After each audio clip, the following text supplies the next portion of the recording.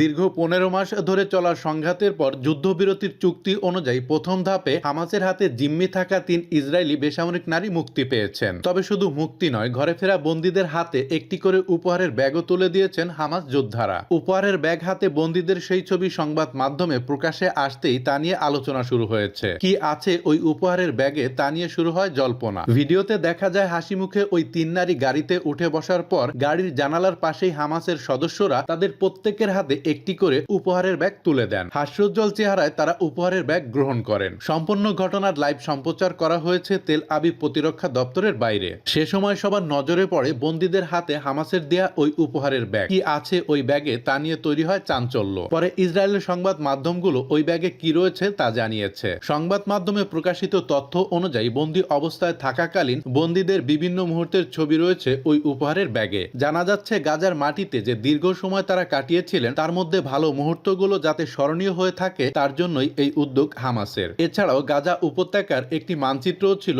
ওই উপহারের ব্যাগে। ভিডিওতে দেখা যায় হামাসের দেয়া উপহারের ব্যাগ এবং স্মারক সনদ হাতে নিয়ে হাসি মুখে ছবি তুলছেন মুক্তি পাওয়া জিম্মিরা। এ সময় ব্যাগ খুলে সাংবাদিকদের দেখান তারা। উপহার দেয়া ও ছবি তোলার ঘটনা নিয়ে একটি ভিডিও প্রকাশ করেছে হামাসের সশস্ত্র সংগঠন আল কাসাম ব্রিগেড। ভিডিও দেখে ফিলিস্তিনি স্বাধীনতাকামী সংগঠন হামাসের প্রশংসা করেছেন অনেকেই।